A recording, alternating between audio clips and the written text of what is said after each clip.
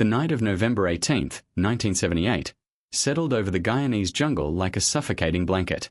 The heat was thick, the air heavy with moisture, and the hum of insects filled the darkness. But inside the isolated settlement of Jonestown, the soundscape was different. Loudspeakers crackled with the voice of one man, Jim Jones, whose words carried an eerie authority. His voice, weary yet commanding, echoed through the compound, urging his followers to listen, to obey, to prepare. No one in Jonestown that night could escape the weight of his presence. For nearly 1,000 people, this would be their final night on Earth. The settlement itself looked almost serene from a distance. Wooden cabins clustered around communal spaces, crops planted in rough rows, children playing earlier in the day before being corralled into evening gatherings. But the serenity was only a facade. Beneath the surface was exhaustion, hunger, sickness, and an undercurrent of fear that never dissipated. By this point, the members of the People's Temple had been through months of grueling labor and constant surveillance. They were isolated from the outside world, trapped in a vision of utopia that had decayed into a nightmare. And yet, they had once believed this place could be paradise. On this night, they gathered together, not for celebration, but for what their leader called a revolutionary act. Many of them knew what was coming. They had rehearsed it before, what Jones called White Nights, drills where the community pretended to commit mass suicide to prove their loyalty. Only now, there was no pretending. Jones' voice was strained, his body weakened from years of drug abuse, but his conviction was absolute. We didn't commit suicide, we committed an act of revolutionary suicide protesting the conditions of an inhumane world. His words hung in the air like a death sentence. Imagine being there, hearing the cries of children, the nervous whispers of parents, the shaking hands passing paper cups. In the jungle darkness, vats of cyanide-laced grape drink were prepared. Mothers held their babies tight, some begging for another way out, others resigned to Jones' command. Guards carrying guns stood nearby, ensuring that hesitation would not turn into resistance. For the followers, this was not a choice, it was submission. Fear, loyalty, and psychological control left them with nowhere to run. The horror of that night cannot be overstated. Nearly every person in Jonestown would be dead within hours, their bodies discovered in neat rows the next day, face down in the mud, arms wrapped around one another. The world would be stunned by the sheer scale of the loss, 918 lives extinguished in a single night. It became the largest intentional loss of American civilian life until the attacks of September 11, 2001. But before it was a statistic, it was a moment of human tragedy, lived out in terror and obedience. What makes this night so chilling is not just the number of deaths, but the path that led to it. How could so many people, men and women, children and the elderly, willingly or unwillingly, drink poison at the command of one man? How did a movement born in the spirit of racial equality and communal living turn into one of the darkest episodes in modern history? These are the questions that haunt Jonestown. The story of Jonestown is not only about death, it is about belief. It is about the power of charisma and the fragility of human conviction. It is about the slow erosion of individuality under the pressure of fear, isolation, and manipulation. And it is about how ordinary people, seeking hope in a troubled world, ended up in the grip of a man who demanded everything from them, including their lives. As the last night of Jonestown unfolds, the atmosphere is heavy with inevitability. Jones, sweating and paranoid, speaks from his throne-like chair, surrounded by lieutenants who no longer question him. He tells his followers the time has come. He insists that enemies are closing in, that Congressman Leo Ryan's murder at a nearby airstrip will bring retribution from the American government. They will torture our children, he warns. They will come for us. Panic and despair ripple through the crowd. For some, it is disbelief. For others, a grim relief, an end to the suffering of daily life in Jonestown. The sound of wailing fills the pavilion as the first children are forced to swallow the poison. Parents, torn between instinct and indoctrination, administer the cups. The cyanide acts quickly, convulsions, foaming at the mouth, the collapse of small bodies. The nightmare spreads as others step forward, either out of fear of the guards or a desperate faith in Jones' promise that death is preferable to betrayal. The recording that survives from this night captures Jones' urging calm, his voice coaxing the dying to embrace their fate. The tape is a chilling relic, a final sermon from a man who had led his followers to hell. When the silence finally fell over Jonestown in the early hours of the morning, the jungle reclaimed its stillness. The cicadas buzzed, the air hung heavy, and nearly 1,000 souls lay lifeless in the mud. The People's Temple was gone, but the legacy of that night would never disappear. Jonestown became a word synonymous with blind devotion, manipulation, and mass death. This is the story of how it came to that final night: the rise of Jim Jones, the creation of the People's Temple, the dream of utopia in the jungle, and the unraveling of one of the darkest chapters in modern history. To understand the horror of November 18, 1978, we must journey back to the beginning, to the life of the man who built a following powerful enough to lead nearly 1,000 people to their deaths. James Warren Jones was born on May 13, 1931, in the small rural town of Crete, Indiana. To the casual observer, his childhood seemed unremarkable, the son of a disabled World War I veteran and a mother who struggled to keep the family afloat during the hardships of the Great Depression. Yet, from the very beginning, Jim Jones carried an aura of strangeness that set him apart from the other children. His neighbors would later recall a boy fascinated not with games of baseball or marbles, but with death, funerals, and the mysteries of the afterlife. Even as a child, he was drawn to the rituals of religion. He would often wander into local churches, not simply to listen, but to observe the power that preachers held over their congregations. Soon he began holding his own mock sermons, gathering neighborhood children into barns or backyards, preaching with an intensity that unnerved his peers. He experimented with funerals for animals, staging elaborate ceremonies that blurred the line between childish play and a dark obsession.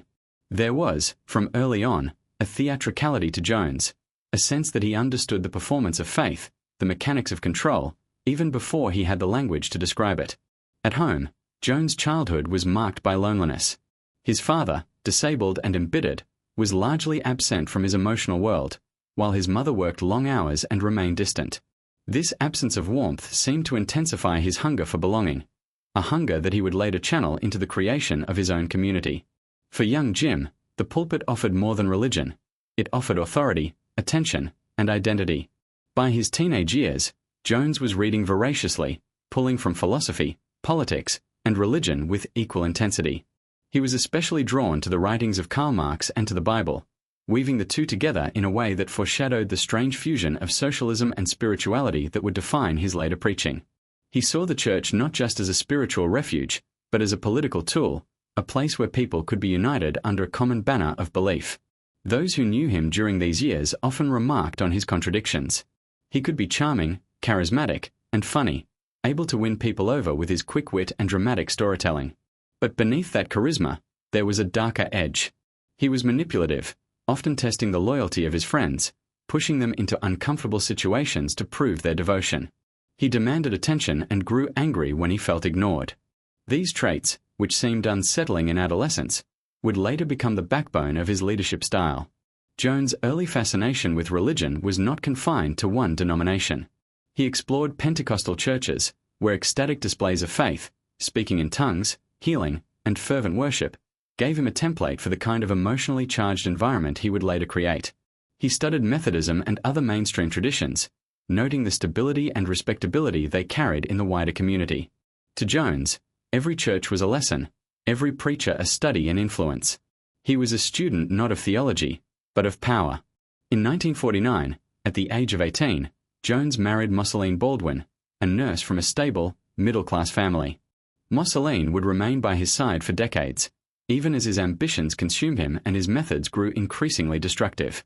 Those who knew them described Mosseline as quiet, loyal, and enduring, a stabilizing force who tolerated Jones' intensity, but who often seemed swept along by the force of his vision. Together, they began to build a life that would soon revolve around Jones' growing obsession, his own ministry.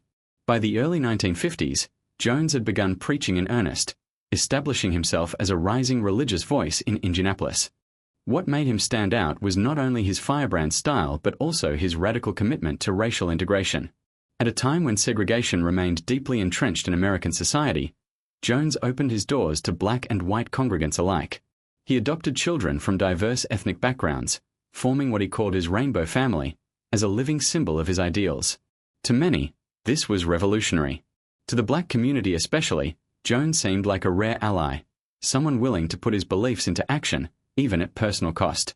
But even in these early days, the seeds of control were being planted. Jones was not content to simply preach about justice. He demanded loyalty. He monitored his congregants, tested their devotion, and used emotional pressure to bind them closer to him.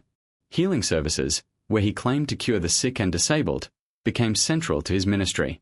Many of these miracles were staged, assistants planting fake illnesses and sudden recoveries, but the effect on followers was profound. In a time when medical care was expensive and racial inequality rampant, Jones offered not just hope, but the promise of tangible salvation. The 1950s were a time of growth and experimentation for Jones. He drew crowds with his blend of social activism, fiery preaching, and theatrical healing. Yet behind the pulpit, he was already growing paranoid. He worried about nuclear war, about fascism, about enemies real and imagined. He studied the ways of other religious leaders, but also the writings of authoritarian figures, seeing in them a model for total devotion. He began to speak of himself not just as a preacher, but as a prophet, a visionary chosen to lead his people through the darkness of the world. By the end of the decade, Jones was no longer just a pastor in Indianapolis. He was the head of a movement. His church, later to be known as the People's Temple, attracted hundreds of followers, drawn by his charisma, his progressive politics, and his insistence on living faith as action. But with every new follower, Jones' ego expanded. The boy who once held funerals for animals in barns now commanded the loyalty of families, workers, and entire communities. What began in the small, flat towns of Indiana was already spiraling into something much larger. The young boy who had once been enthralled by the spectacle of religion was now perfecting his own performance. The stage was set. His rise would be rapid, his following immense, and his grip on power terrifying. To understand the tragedy of Jonestown, we must first understand this beginning, the strange, unsettling formation of a man who would transform from small-town preacher to self-proclaimed Messiah. By the early 1960s, Jim Jones had transformed from a small-town preacher into a rising figure in the religious landscape of America. The church he had founded in Indianapolis had grown steadily, attracting a diverse congregation that admired his bold stance on racial integration.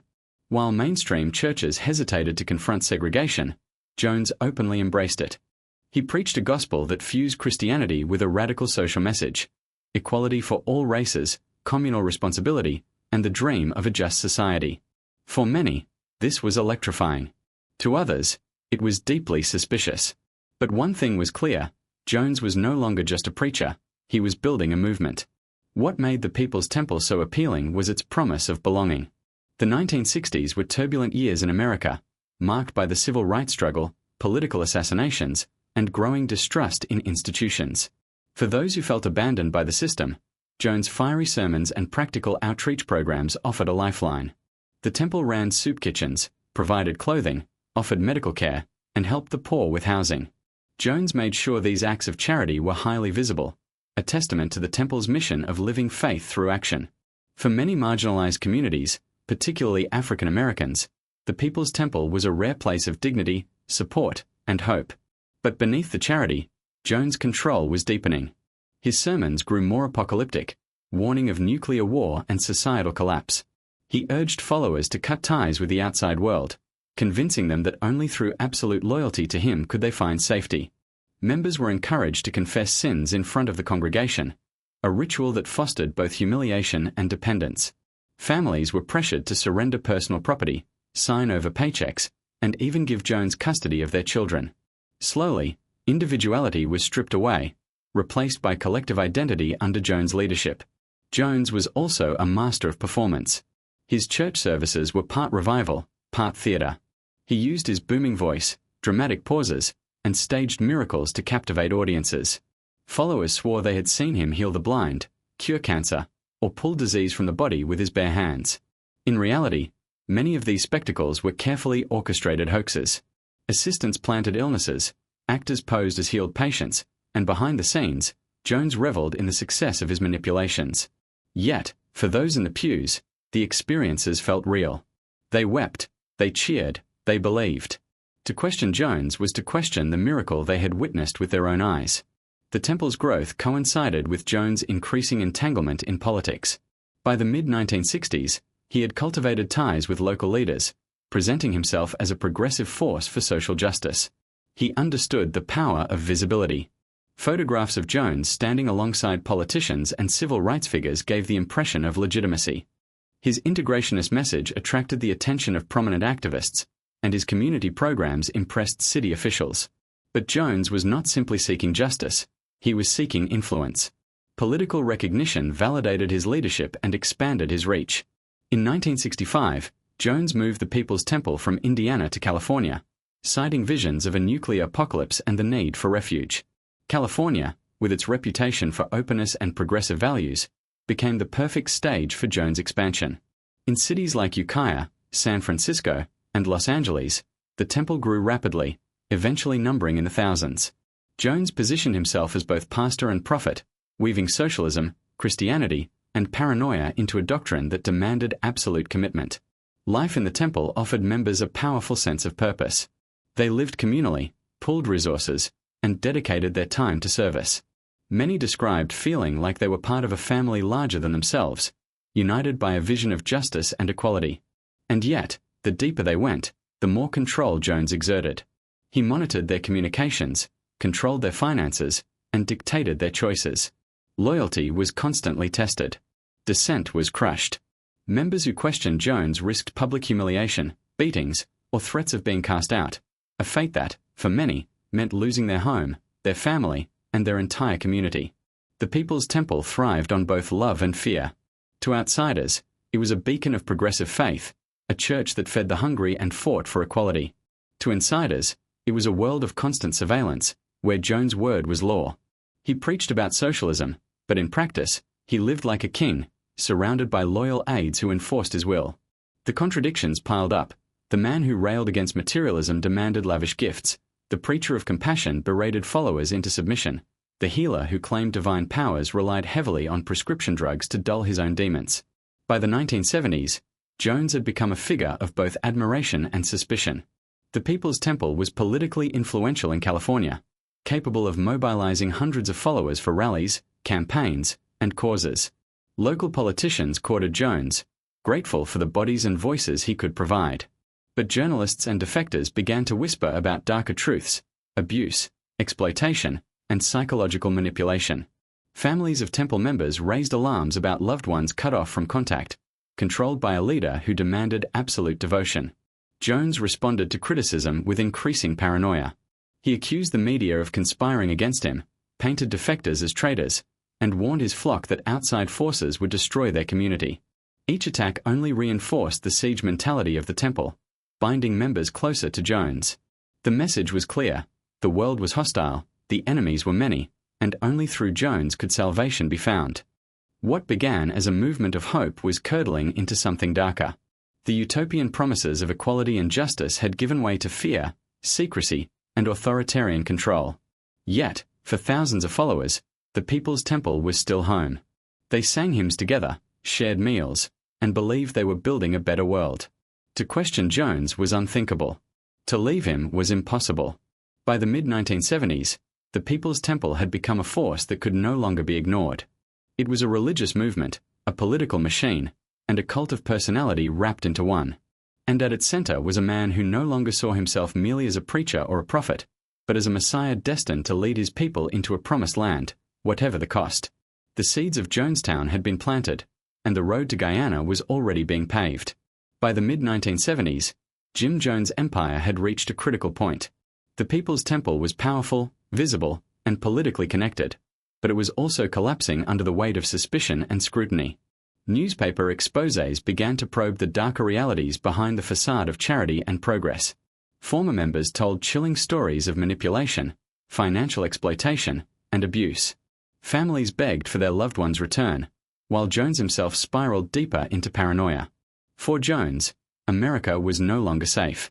He needed an escape, a place beyond the reach of reporters, defectors, and government officials. That escape would be a remote stretch of jungle in a small South American country few Americans had ever heard of, Guyana. The decision to move the temple overseas was not sudden.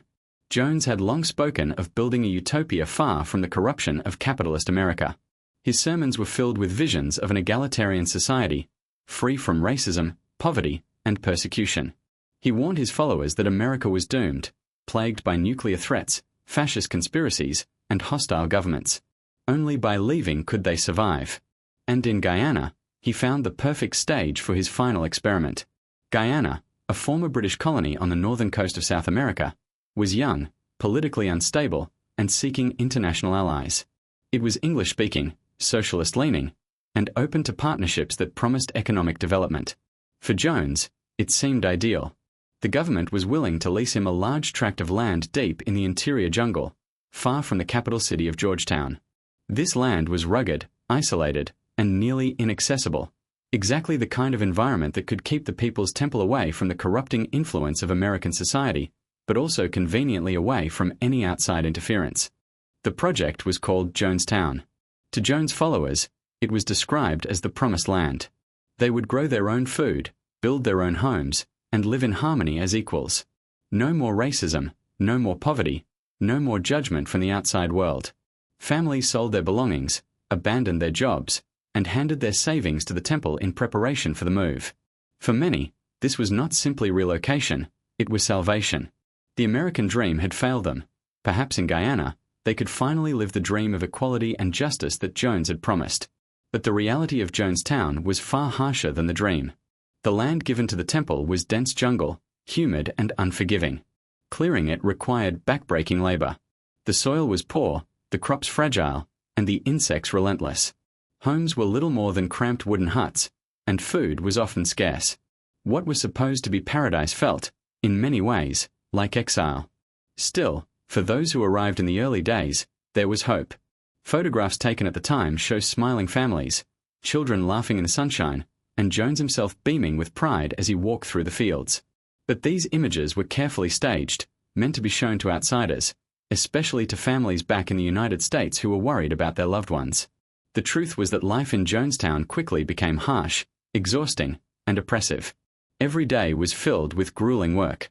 Members toiled for hours in the fields under the equatorial sun, while the nights belonged to Jones. His voice, amplified through loudspeakers, rang out across the settlement at all hours, delivering sermons, rants, and warnings. Sleep was scarce. Privacy was non-existent. Medical care was limited to what could be improvised with scarce supplies. Illness spread easily in the humid climate, and the elderly and children suffered the most. Jones' paranoia intensified in the jungle. Cut off from America, he grew increasingly convinced that enemies were plotting against him.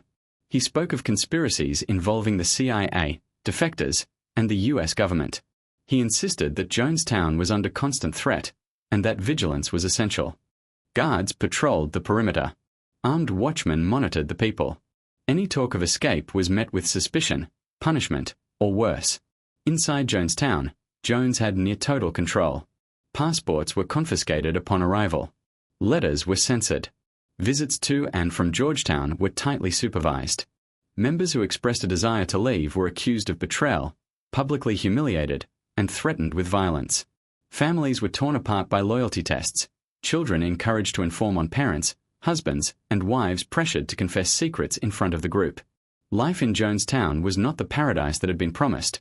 It was a prison in the jungle, and Jim Jones was the warden. The rhetoric of equality masked an atmosphere of fear.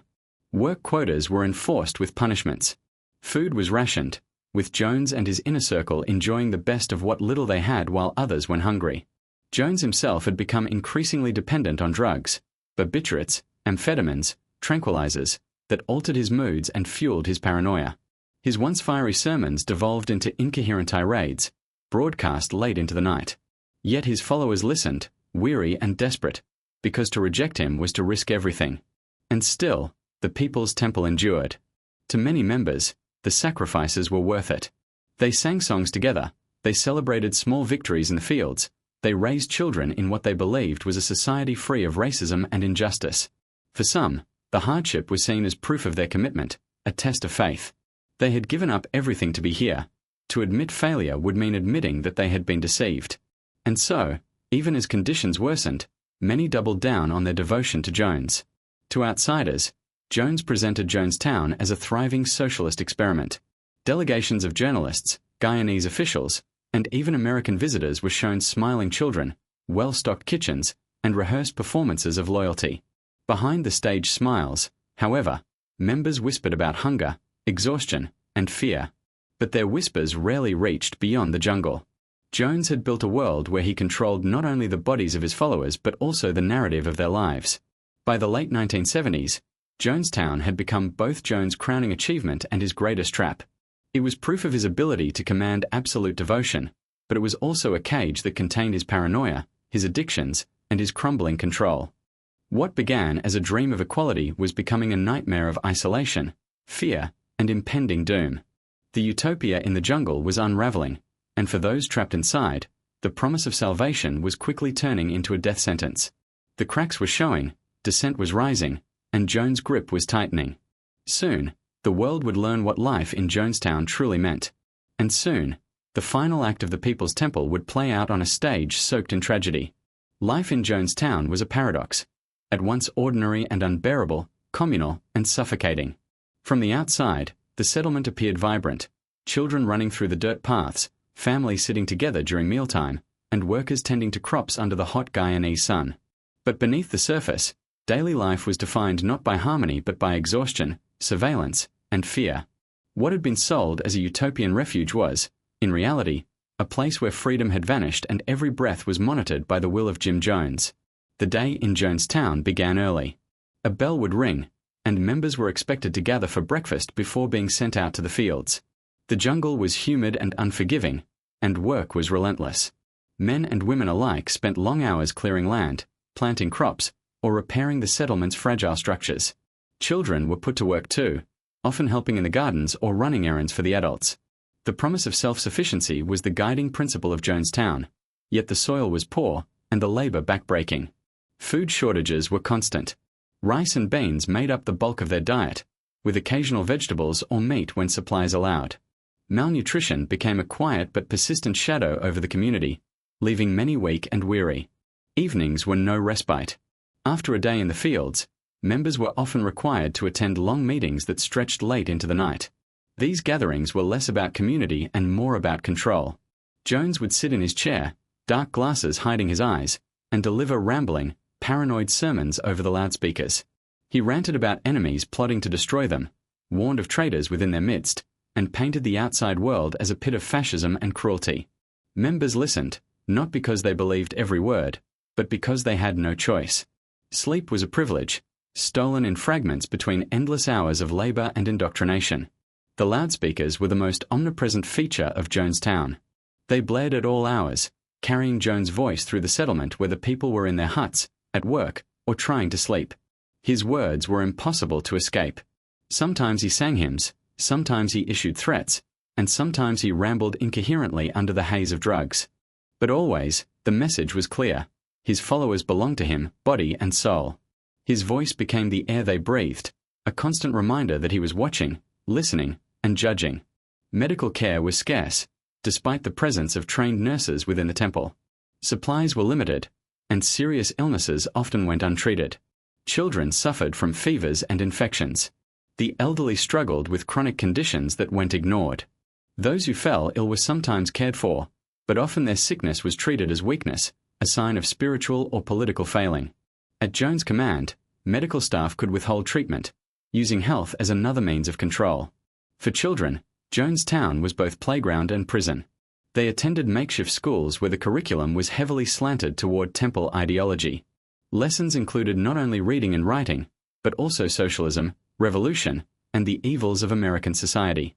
They were taught to revere Jones as both spiritual leader and political savior. Parents had little authority. Children were often encouraged to report on them if they showed signs of disloyalty. The traditional family unit was steadily eroded, replaced by a system in which Jones was the ultimate father figure. Punishment was a constant reality. Those who questioned orders or failed to meet expectations could be humiliated in front of the group, beaten, or confined. One notorious punishment involved placing individuals in a small, dark pit overnight, what some described as a sensory deprivation box. Others were drugged into compliance, dosed with sedatives or other substances until their resistance faded. Even children were not spared from Jones' cruelty. They, too, could be beaten or shamed if they were seen as disobedient. Fear became the currency of Jonestown, and survival meant submission. Despite this, members clung to the idea that their sacrifices had meaning. Many had come from lives of poverty, racism, or loneliness in the United States, and Jones' promises of equality still carried weight. The sense of belonging, the shared meals, the collective songs, they provided a kind of emotional glue that held the community together. To admit that Jonestown was a failure was to admit that their dreams had been shattered, that they had abandoned everything for nothing. This psychological trap kept many silent, even as conditions worsened. Jones himself was unraveling. His health was failing, his drug use escalating. Amphetamines fueled his paranoia, barbiturates dulled his rage, and tranquilizers left him incoherent. His once commanding sermons grew slurred and disjointed, yet his followers still gathered to listen.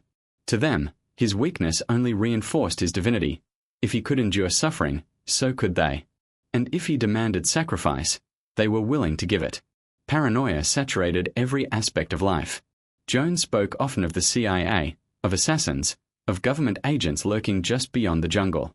He staged drills, called White Nights, in which he forced his followers to practice mass suicide, drinking what they were told was poison to test their loyalty. These rehearsals blurred the line between ritual and reality, conditioning the people of Jonestown to accept the unthinkable. Each time the drink turned out to be harmless, members felt a mix of relief and dread. Relief that they had survived, dread that the day would come when the poison was real. Visitors to Jonestown were shown only the best of the settlement. When officials or journalists came, the community was carefully staged. Smiling children, clean homes, well-fed workers, everything arranged to give the impression of a thriving utopia. Members were coached on what to say, rehearsing answers that concealed the truth. For a few hours, Jonestown could look like the paradise it was meant to be. But once the visitors left, the illusion dissolved, and life returned to the rhythm of exhaustion and fear. By 1978, the cracks were impossible to ignore. Hunger gnawed at the settlement, punishments grew harsher, and Jones' control more desperate. Families whispered of leaving, of finding a way back to America. But escape was nearly impossible. Passports had been taken, guards patrolled the compound, and Jones had convinced many that defectors would be hunted down and killed by enemies outside. For the people of Jonestown, the jungle was not only their home, it was their cage. Life inside Jonestown was a slow descent into despair. The dream of equality had become a nightmare of obedience. The songs and sermons that once inspired now felt like chains. And at the center of it all sat Jim Jones, frail and paranoid, yet still powerful enough to command nearly 1,000 people to surrender their lives. The daily routine was not simply preparation for survival. It was rehearsal for the final act that awaited them all. By the summer of 1978, the cracks in Jonestown could no longer be hidden. What had been presented as a model community, a paradise of equality, was now showing signs of decay and desperation.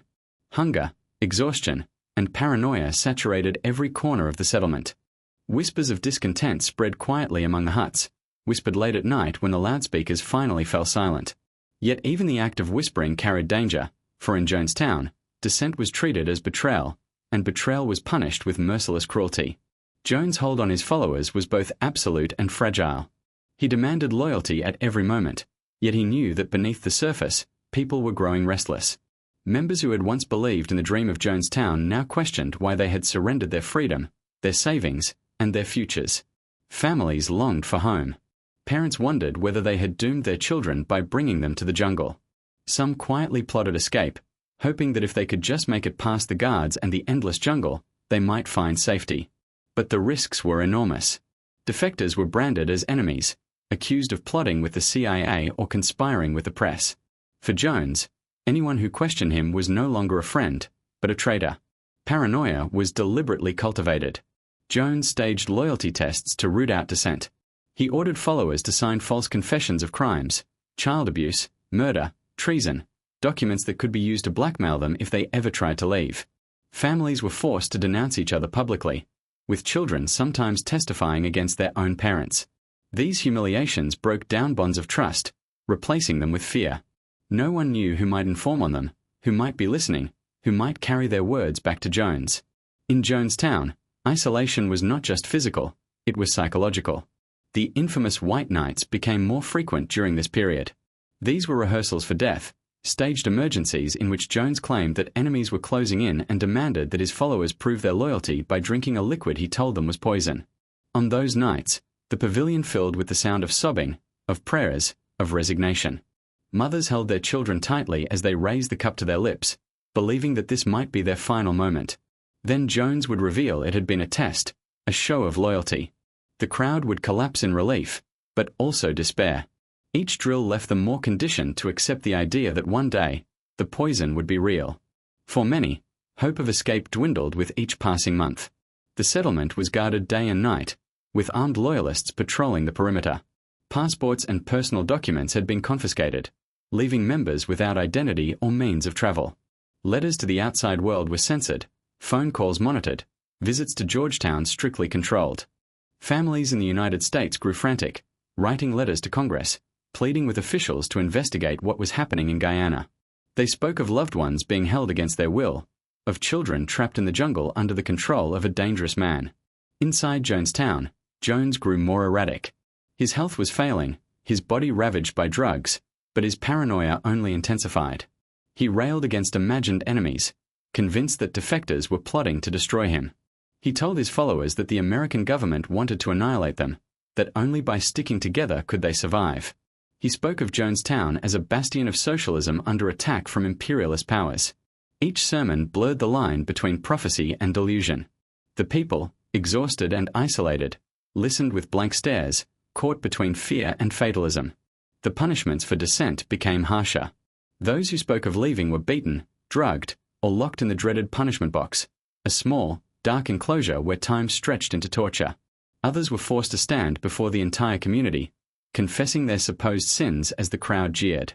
Children were not spared from these humiliations. Some were separated from parents as a form of control, raised collectively to ensure loyalty to Jones rather than to their own families. The fabric of the community was deliberately shredded, leaving Jones as the only figure of authority, the only one who could be trusted. Yet even in this climate of fear, there were moments of resistance. A small number of members quietly planned escape, working in secret to align themselves with sympathetic outsiders. Some smuggled messages to American officials in Georgetown, describing the brutality of life in Jonestown. A handful managed to flee, making the perilous journey through the jungle to freedom. Their stories, once heard by journalists and government representatives, painted a damning picture of Jones' empire. These cracks in the temple's facade alarmed Jones more than anything else.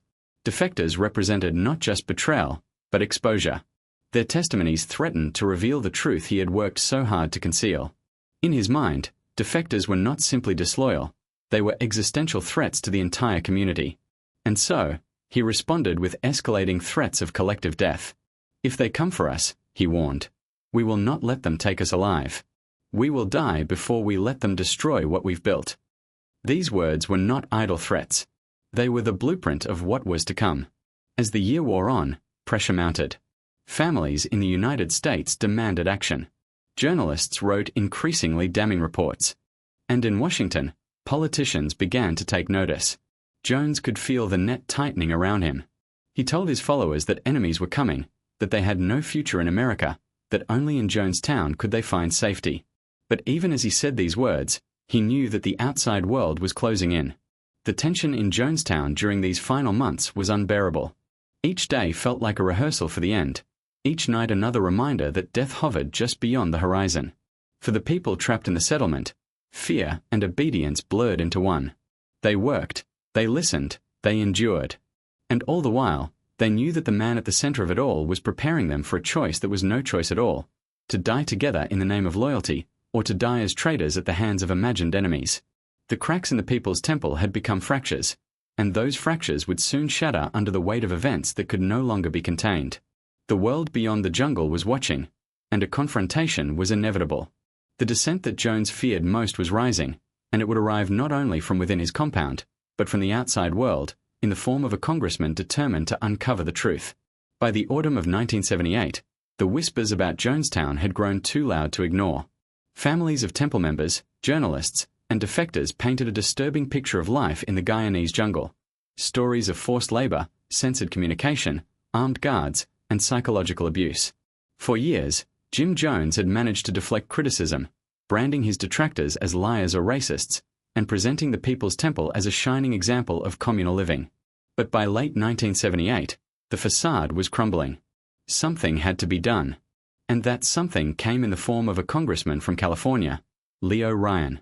Ryan was no stranger to danger. Representing California's 11th district, he had a reputation for unorthodox investigations. When riots broke out in American prisons, he once posed as an inmate to see conditions firsthand. His style was direct, his approach bold. He believed in looking at problems himself, not relying solely on reports and second-hand accounts. So when worried families begged him to investigate Jonestown, where their children, siblings, and spouses were being held, Ryan listened. And unlike many in Washington, he decided to act. The decision to visit Jonestown was not taken lightly. By the fall of 1978, defectors' testimonies were harrowing. They spoke of beatings, drugs, children taken from parents, and rehearsals for mass suicide. Letters smuggled out of Jonestown described fear and starvation. Families in the United States insisted that their loved ones were prisoners, unable to leave. The State Department was aware of the concerns but hesitant to intervene, wary of infringing on religious freedom or becoming entangled in an international scandal. Ryan, however, was undeterred. He announced that he would personally travel to Guyana to see the truth for himself. His decision rattled Jim Jones. For months, Jones had railed against defectors and government interference. He believed the CIA was conspiring against him, that U.S. officials wanted to destroy Jonestown. The news that a sitting congressman was coming to investigate confirmed his worst fears. Paranoia surged. In Jones' mind, Ryan's visit was not an inquiry, it was an invasion. The settlement prepared accordingly, rehearsing what they would say, staging performances of happiness, and preparing to silence dissent. Ryan was not alone in his mission. On November 14, 1978, he arrived in Guyana with a delegation that included journalists, lawyers, and concerned family members of Temple followers. Among them were NBC reporter Don Harris, cameraman Bob Brown, and San Francisco Examiner journalist Tim Reitman. Their goal was to document life in Jonestown and, if possible, speak with residents freely. For the relatives traveling with Ryan, it was a desperate attempt to reconnect with loved ones they feared they might never see again. From the moment the delegation arrived in Guyana's capital, Georgetown, tensions were high. Temple representatives were wary, obstructive, and visibly nervous. Communication with Jonestown was difficult, and it was clear that Jones' inner circle did not welcome the intrusion. Days of negotiation followed before Ryan's group was allowed to visit the compound. Finally, on November 17, 1978, Ryan and his delegation boarded a small aircraft and flew to Port Kaituma, the airstrip closest to Jonestown. From there, they traveled by truck through rough jungle roads until the settlement came into view. Jonestown greeted them with forced smiles and rehearsed cheer. Children sang songs of unity, members spoke passionately about their love for Jones, and the kitchens were stocked to impress. For a brief moment, the delegation was taken aback. Was it possible that the reports of abuse had been exaggerated? The settlement, after all, looked alive, organized, and thriving. But as the hours passed, cracks began to show. Members whispered to reporters in hushed tones, signaling that not all was well. Eyes darted nervously to the guards and Jones' lieutenants. The fear was palpable, even beneath the smiles. When Leo Ryan finally addressed the community, he praised what he saw but also made it clear that he was open to hearing from anyone who wanted to leave. This statement sent shockwaves through the crowd. For those who had long dreamed of escape, Ryan's presence was a lifeline. Over the course of the evening, several members approached him discreetly, begging for help, asking to leave with the delegation. For them, Ryan's arrival was salvation. For Jones, it was betrayal. That night, tensions ran high. Jones attempted to maintain control, sitting on his throne-like chair and delivering long, rambling justifications for his leadership. He assured Ryan that the people loved Jonestown, that they were free, that they had chosen this life willingly. But in the shadows, Temple members were quietly slipping notes to journalists, writing desperate pleas on scraps of paper. Please help us get out of Jonestown. The illusion was cracking before Ryan's eyes. The next morning, November 18th, the truth spilled into the open. A group of Temple members formally requested to leave with Ryan. Jones tried to maintain composure, but his mask was slipping. He called the defectors traitors, claimed they had been manipulated by enemies, and warned that leaving would bring destruction upon the entire community. Still, Ryan insisted that those who wished to leave would be escorted safely. The defectors gathered their meager belongings, clutching children and suitcases, preparing for what they hoped was freedom. But Ryan himself sensed the danger. At one point, during a heated exchange in the pavilion, a Temple member suddenly pulled a knife and lunged at him. Ryan was not seriously injured, but the attack confirmed what many already suspected: Jonestown was a powder keg. With tensions escalating, Ryan and his delegation decided to leave immediately, escorting the defectors with them. Trucks were loaded, people climbed aboard, and the group made the tense journey back to Port Kaituma airstrip. For Jones, The sight of his followers leaving with a congressman was intolerable. It confirmed his greatest fear, that his power was slipping away, that his control was broken. The defection of even a few members threatened the entire foundation of Jonestown. If more followed, the settlement could collapse. And so, as Ryan and his group prepared to depart, Jones made a decision that would seal their fate, and the fate of everyone left behind in Jonestown. What began as an investigation, a chance for truth and freedom, was about to spiral into an act of violence that would shock the world. At the airstrip, waiting in the heat of the Guyanese jungle, the seeds of massacre had already been sown. The morning of November 18, 1978, began with a fragile hope. For the defectors who had chosen to leave Jonestown, the arrival of Congressman Leo Ryan's delegation seemed like a miracle. After months, or years, of silence, isolation, and fear, they finally had a chance to escape. They gathered their children, clutched small suitcases filled with what little they could carry, and boarded the trucks that would take them back toward Port Kaituma airstrip. Some wept quietly, others held their heads high, but all felt the same tremor of dread. Leaving Jonestown was never simple, and Jim Jones was not a man who forgave betrayal. Back inside the settlement, Jones' composure was crumbling. He sat in the pavilion, watching as families left. His face, once confident and commanding, now appeared hollow, drawn, and desperate. The sight of his followers abandoning him, under the protection of a United States congressman, was unbearable. It was more than a loss of loyalty. To Jones, it was an existential threat. If defectors reached the United States and told their stories, his empire would collapse. His paranoia, long simmering, boiled over into fury. He whispered orders to his most trusted aides. What happened next would forever mark Jonestown not as a failed utopia, but as the site of one of the most shocking acts of violence in American history. At Port Kaituma, the scene was tense but orderly at first. The small airstrip, little more than a rough strip of dirt carved out of the jungle, was not designed for large gatherings. The delegation, along with defectors, journalists, and crew, waited as two planes were prepared, a small Cessna and a larger twin-engine Otter. The group numbered more than 40 people, far more than the planes could carry in a single trip. It was decided that some would depart first, while others waited for the next flight. There was impatience in the air, but also a nervous sense of relief. They had made it this far. In just a short flight, they would be out of Jones' reach. Or so they believed. Back in Jonestown, Jones gave the fatal command. He could not allow these people to leave, not with Congressman Ryan among them. Their stories, their testimonies, would destroy everything he had built. His rhetoric had long been filled with talk of enemies, conspiracies, and revolutionary death. Now, in his fractured state, he decided that the only answer was violence. Armed guards, loyalists known as the Red Brigade, climbed into a tractor-trailer and set off down the jungle road toward the airstrip. They carried rifles, shotguns, and pistols. Their mission was simple: silence the defectors, silence Ryan, silence anyone who might expose the truth of Jonestown. At the airstrip, just as people began to board the planes, the rumble of the tractor-trailer echoed across the clearing. Few paid attention at first, thinking it was simply another vehicle. But as it drew closer, the truth became unmistakable. Armed men jumped down, weapons raised. Shouts erupted. Panic spread. Journalists scrambled for their cameras, families shielded their children, and Ryan's delegation realized too late that they were trapped. The gunfire began in an instant. Bullets tore through the humid air, striking passengers and crew alike.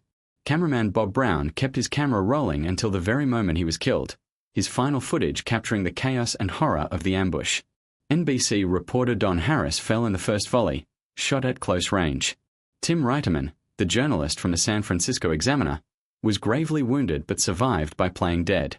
Congressman Leo Ryan, the man who had come to investigate, stood exposed in the open and was shot multiple times. He fell to the ground, killed instantly. His decision to come to Jonestown had cost him his life.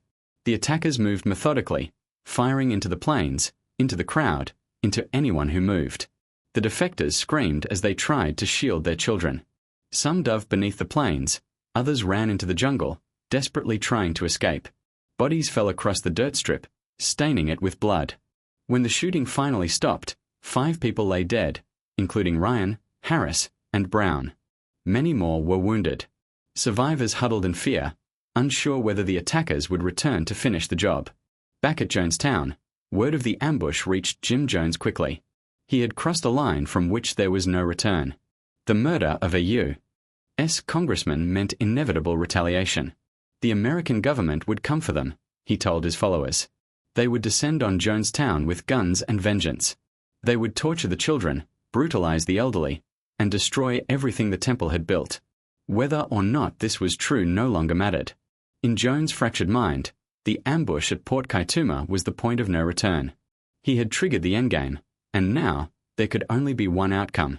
For the survivors left at the airstrip, the horror was only beginning. They spent hours lying wounded and terrified in the jungle night, listening for the sound of returning gunmen, praying for rescue. Some drifted in and out of consciousness, their wounds untreated. Others clung to life, whispering to one another in the dark. Eventually, local villagers and Guyanese authorities reached the scene, providing what little aid they could. But for many, it was too late.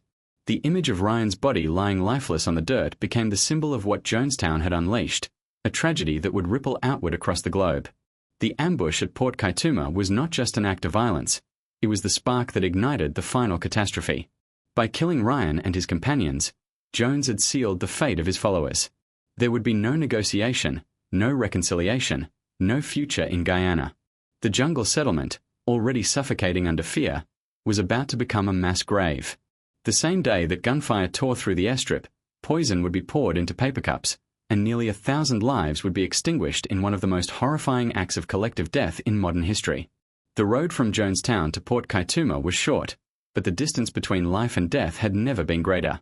What began as hope ended in slaughter. The congressmen who dared to investigate, the journalists who sought the truth, and the families who prayed for freedom, all were caught in a web spun by paranoia and control, and in the end, they paid the price. The ambush was the final signal. Back in Jonestown, the loudspeakers crackled to life once more. Jim Jones called his people together. He told them the time had come, that the end was here. There would be no escape, no rescue, no survival. Only death.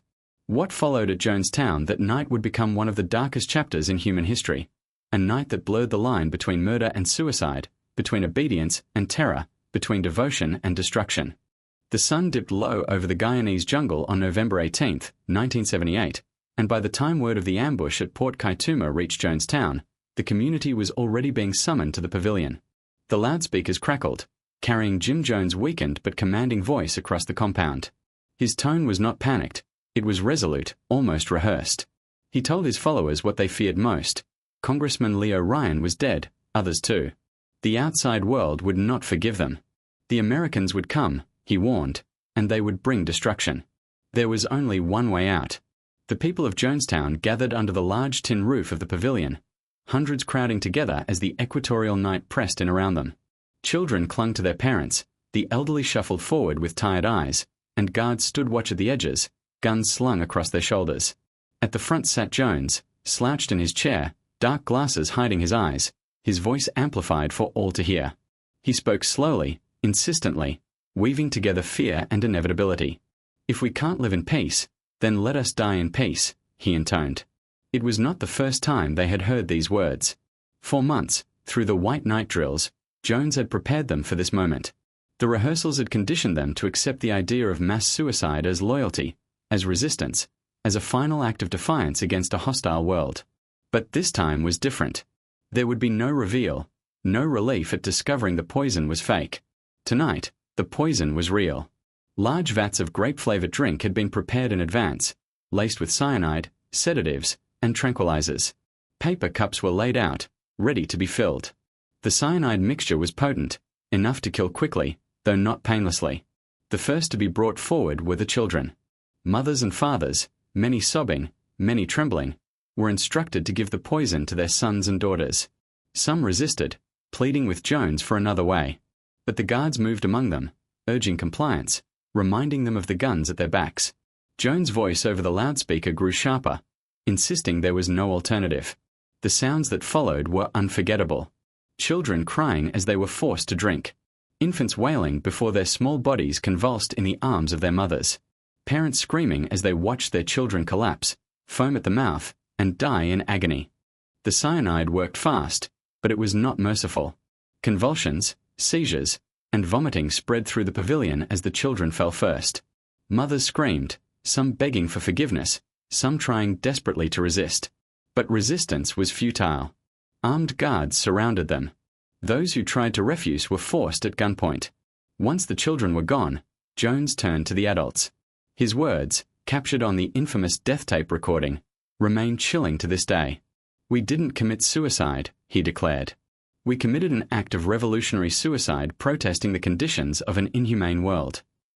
His voice urged calm, even as chaos spread all around him. He told them to embrace death, to see it as an escape from torture and humiliation. "They'll parachute in here on us," he warned. "They'll torture our children. They'll torture our seniors. We can't have this." One by one, men and women stepped forward to take the cups. Some did so in silence, their faces blank with resignation. Others wept openly, muttering prayers or goodbyes. A few shouted in anger, crying that they had been deceived. But the momentum was unstoppable. Peer pressure, fear of the guards, and the collapse of hope pushed the community toward the only choice they were given: death. The pavilion became a sea of bodies. People fell in rows, some clutching loved ones as they convulsed, others collapsing alone in the dirt. The screams and cries echoed through the jungle night. Survivors later described the scene as unbearable, the air thick with the sound of death. Nurses moved among the crowd, administering syringes of cyanide to those too weak to drink. Infants were injected directly, their cries silenced in seconds. The violence of the act was masked in the language of peace, but it was murder disguised as sacrifice. Not everyone went willingly. Some tried to flee, running toward the jungle. But the guards pursued them, armed and merciless. Others fought to resist, but resistance was crushed.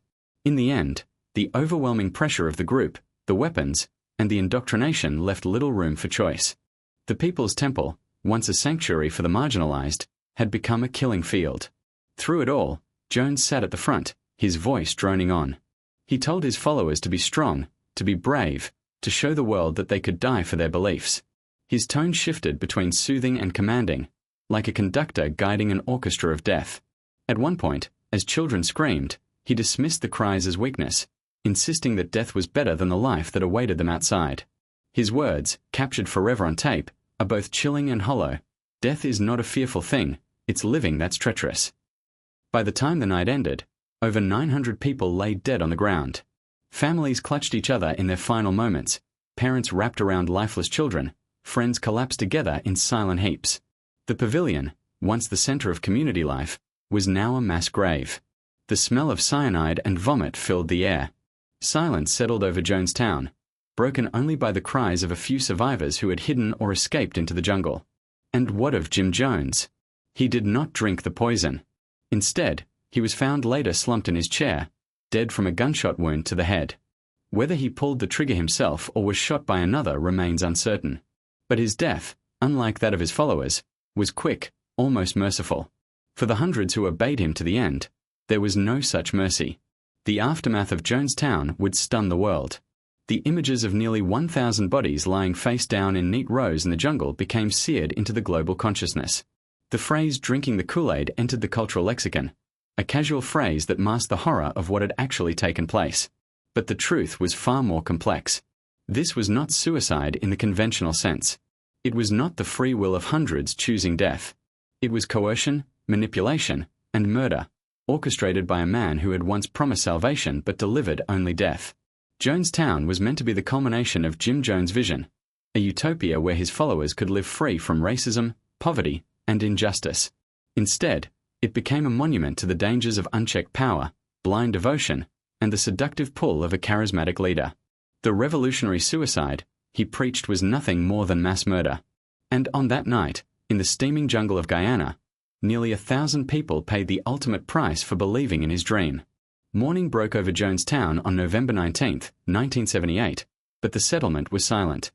Where once the sounds of children playing or voices singing hymns might have echoed through the jungle, there was now only the buzz of flies and the distant hum of the rainforest. Nearly 1,000 bodies lay sprawled across the ground, face down in the dirt, their bright clothing contrasting sharply with the green jungle floor.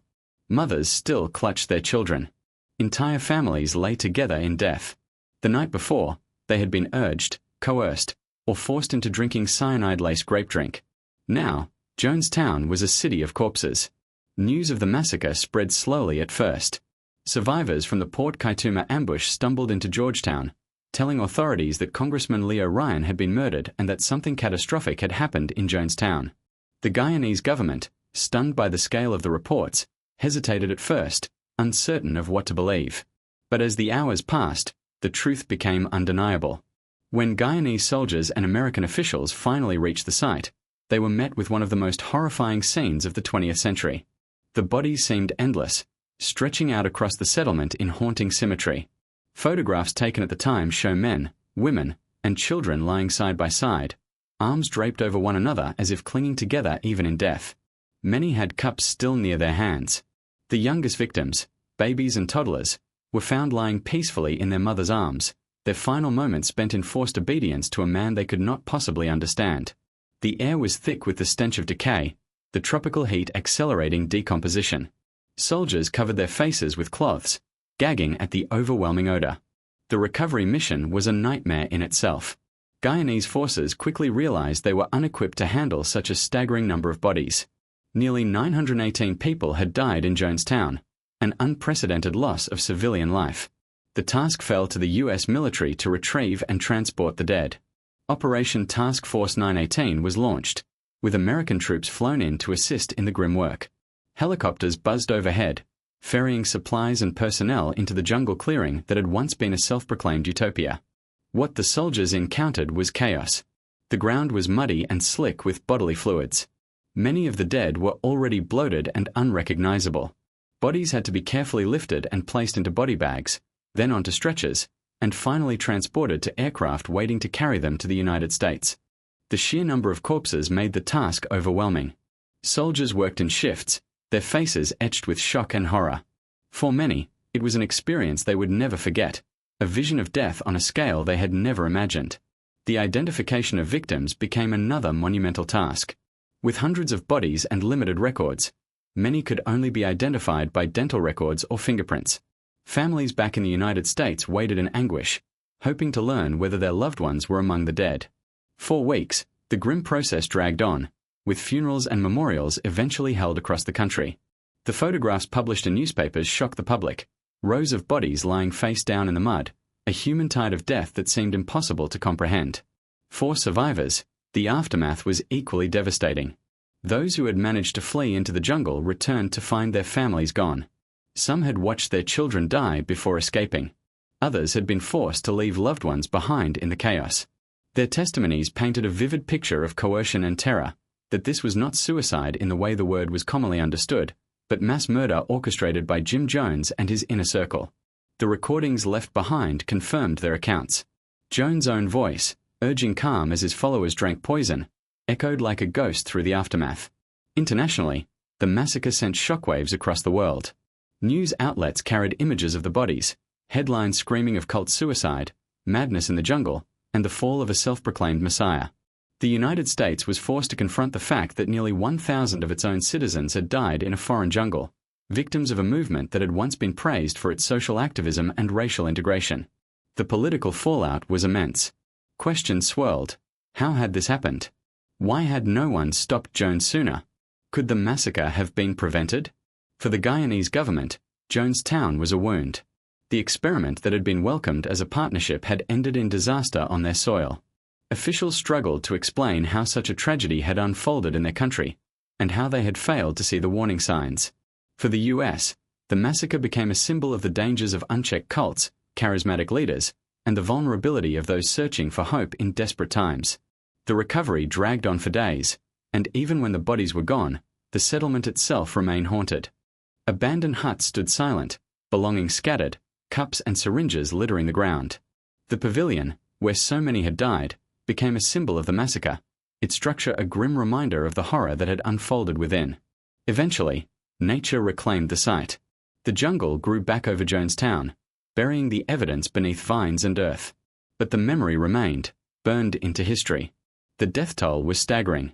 918 people died in Jonestown that night, 304 of them children. Combined with the 5 killed at the Port Kaituma airstrip, the final toll was nearly 1,000 lives lost in a single day. Until the terrorist attacks of September 11, 2001, it was the single largest deliberate loss of American civilian life.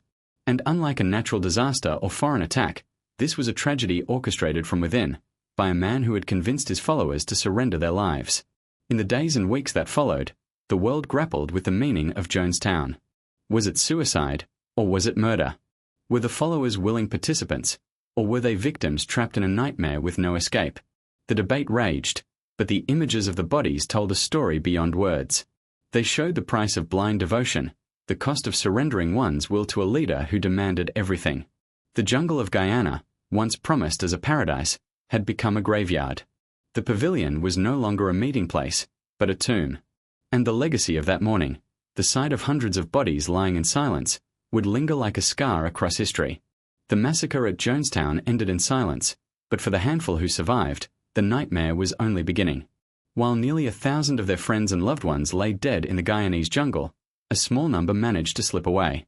Their testimonies, scattered and raw, would become the foundation of everything the world came to understand about what truly happened that night. Survivors carried not only the trauma of witnessing the horror, but also the burden of explaining it to a world that could not comprehend how so many people had willingly, or unwillingly, followed Jim Jones into death. Some survivors escaped by chance.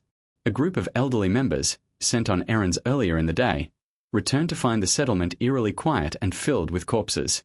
Others had slipped into the jungle during the chaos, hiding for hours as the cries and screams of their dying friends echoed through the night. A few managed to survive by hiding under beds or in ditches until the air grew still.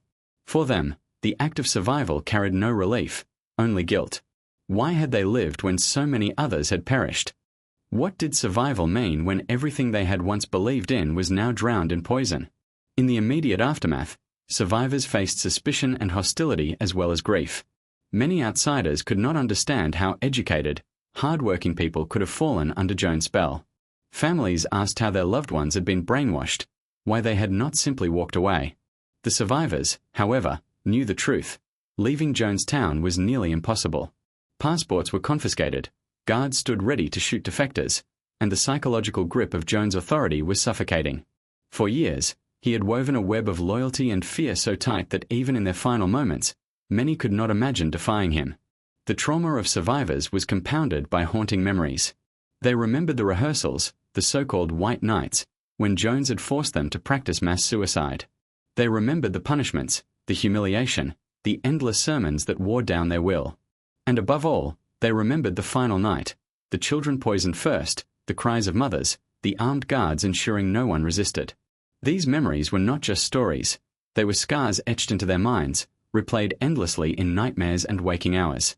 For many, life after Jonestown was marked by depression, addiction, and in some cases, suicide.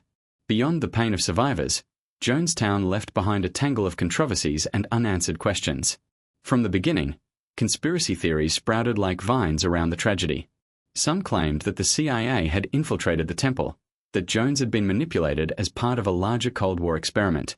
Others suggested that Jonestown was not simply a cult, but a front for covert operations, a secret base in the jungle where something far more sinister had been at play. The presence of weapons in the compound, the strange mix of socialism and religion, and Jones' paranoia about intelligence agencies only fueled speculation. But the simplest explanation was often the truest. Jonestown was not the result of a government plot, but of unchecked power in the hands of a single man. Jones had begun as a preacher of racial equality and social justice, but over time, his need for control, his dependence on drugs, and his growing paranoia had transformed him into a tyrant. The People's Temple had been built on hope, but it collapsed under fear. The tragedy was not orchestrated by shadowy forces. It was the culmination of years of manipulation, abuse, and blind devotion. Still, the controversies persisted. Was Jonestown suicide, or was it mass murder? Survivors argued passionately that their friends and family had not chosen to die. They had been coerced, threatened, and forced into compliance. Mothers who refused to give their children the poison were held down, their babies killed in their arms. Adults who hesitated were injected or forced at gunpoint. To call it suicide, many believed, was to ignore the violence of what had truly occurred. It was mass murder, carried out under the direction of Jim Jones and his lieutenants. The role of Jones' inner circle also came under scrutiny. He had not acted alone. Loyal aides prepared the poison, enforced obedience, and ensured that the plan was carried out. Some died alongside the others, while a few managed to survive or escape prosecution. In the years that followed, lawsuits and investigations attempted to hold individuals accountable, but the sheer scale of the crime made justice elusive. The true architects of Jonestown, those who had enforced Jones' will, were as much perpetrators as they were victims of his control. The survivors, meanwhile, struggled to rebuild their lives. Some tried to fade into anonymity, distancing themselves from the horror. Others became advocates, speaking publicly about the dangers of cults and the psychological tactics that had ensnared them. For them, telling their stories was both a burden and a duty. They wanted the world to know that Jonestown was not simply about blind faith or madness. It was about manipulation, isolation, and the very human longing for belonging that had been exploited to deadly effect. The legacy of Jonestown haunted more than just the survivors. Families in the United States were left shattered, grappling with grief and unanswered questions. Some received bodies to bury, while others never did. For parents who had begged officials to intervene, the tragedy carried a cruel irony. Their warnings had gone unheeded until it was too late. The photographs of rows of corpses became symbols of both horror and neglect, a reminder that the signs of catastrophe had been visible long before the final night. In the decades since, Jonestown has remained a subject of fascination and fear. Documentaries, books, and studies have tried to unravel how it happened, what it meant, and what it says about human vulnerability. For scholars, it is a case study in the psychology of obedience, the mechanics of control, and the terrifying potential of charismatic leadership. For the public, it is a grim parable about the dangers of surrendering personal will to ideology. And for the survivors, it is a wound that never fully heals, a memory of screams in the jungle that still echo decades later. What lingers most is the sense that Jonestown was not simply about one man or one group, but about something larger, about how hope can curdle into despair, how the promise of paradise can become the reality of hell, and how ordinary people can be led, step by step, into unthinkable tragedy. The jungle has long since reclaimed Jonestown. The wooden huts have rotted away, the pavilion collapsed into the earth, and vines cover the ground where hundreds once lay. Yet the memory of November 18, 1978, has never disappeared. Decades later, Jonestown remains one of the darkest and most haunting episodes in modern history, a tragedy so vast, so incomprehensible, that its very name has become shorthand for blind devotion, for mass manipulation, for the terrible price of belief gone astray. The legacy of Jonestown is woven into language itself. The phrase "drinking the Kool-Aid" entered popular culture almost immediately after the massacre, used casually to describe blind obedience. Few who repeat it stop to consider the true weight of those words. Nearly 1,000 people, 304 of them children, forced to drink cyanide-laced grape drink under the orders of a man they once trusted. What became a cliché in boardrooms and politics began as a scream in the jungle, the sound of entire families collapsing in rows. The flippant phrase may trivialize it, but the reality of Jonestown was anything but trivial. Beyond language, Jonestown forced the world to confront uncomfortable truths about human vulnerability. It shattered the illusion that cults were fringe oddities, populated only by the weak or unstable. The People's Temple was filled with teachers, nurses, professionals, families, ordinary people who wanted to build a better life. They were not insane. They were searching for hope. Jim Jones gave them that hope, then twisted it into a weapon. The tragedy of Jonestown is not simply about gullibility. It is about the exploitation of trust, the corrosion of idealism, and the terrifying power of a leader who demands absolute loyalty. Psychologists, sociologists, and historians have studied Jonestown for decades, dissecting the methods Jones used to maintain control. Isolation, fear, public shaming, staged miracles, relentless indoctrination, all were tools of manipulation. Yet perhaps his greatest weapon was belonging. He offered people community, purpose, and identity in a fractured world. For many who joined, especially African Americans facing racism and poverty in 1970s America, the People's Temple was the first place they felt seen, valued, and safe. That dream of belonging blinded them to the warning signs until it was too late. In the aftermath, governments were forced to reckon with their failure to act. Families had begged officials to intervene, journalists had exposed the abuses, and defectors had sounded alarms. Yet the system moved slowly, reluctant to confront a religious movement head-on. By the time Congressman Leo Ryan traveled to Guyana, it was already too late. His death at the Port Kaituma airstrip became part of the Jonestown legacy as well, a reminder of the risks faced by those who dare to investigate dangerous leaders. Ryan remains the only U.S. congressman assassinated in the line of duty. His murder underscored that Jonestown was not only a tragedy for its followers but a national trauma, a political wound that could not be ignored. The survivors carried Jonestown's legacy most heavily. For them, every day after November 18th was marked by loss, grief, and questions without answers. Some dedicated their lives to warning others about cults, sharing their stories in hopes of preventing another Jonestown. Others withdrew from public life, unable to bear the constant retelling of the nightmare. For many, survival itself felt like a curse, a lingering guilt that they had escaped while their families had not. The memory of screams, of poison, of rows of bodies haunted them in ways words could never capture. Jonestown also reshaped how society understood cults and charismatic leaders. In the years that followed, governments and researchers studied new religious movements with greater urgency. The term cult entered mainstream discourse, often applied broadly, sometimes carelessly, to groups seen as manipulative or extreme. While not every movement mirrored the People's Temple, Jonestown had proven that devotion to a leader could lead to catastrophic ends. The massacre became the case study in how ideology, isolation, and manipulation can converge into disaster. Yet perhaps the most enduring legacy of Jonestown is its reminder of the fragility of hope. The people who died were not seeking destruction, they were seeking paradise. They dreamed of a world without racism, without poverty, without injustice. They gave up everything for that dream: their homes, their families, their futures. In Jim Jones, they thought they had found a leader who could deliver them to a promised land. Instead, he delivered them to their graves. The line between utopia and nightmare, Jonestown shows us, is thinner than we dare to admit. Today, the story of Jonestown resonates in a world still vulnerable to manipulation. Cult leaders, authoritarian figures, and charismatic voices continue to draw followers, promising certainty in uncertain times. The lessons of Jonestown are not confined to 1978. They echo in every movement where loyalty is demanded above reason, where truth is twisted by ideology, where fear replaces freedom. The jungle settlement may be gone, but the dynamics that created it are not. As we look back, Jonestown stands as both tragedy and warning.